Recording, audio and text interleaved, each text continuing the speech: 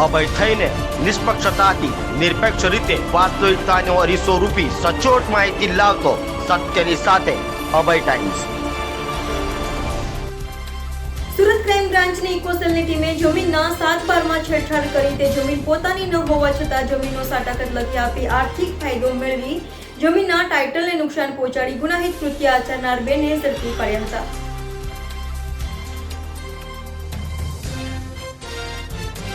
હાલના ઝડપી યુગમાં સુરત શહેરનો વિકાસ મોટા પાયે થઈ રહ્યો છે। સુરત શહેર મોટા વેપાર ધંધા સાથે સંકળાયેલું છે, જેમાં હીરા અને ટેક્સટાઇલ ઉદ્યોગનું સુરત શહેર મોટું હબ છે।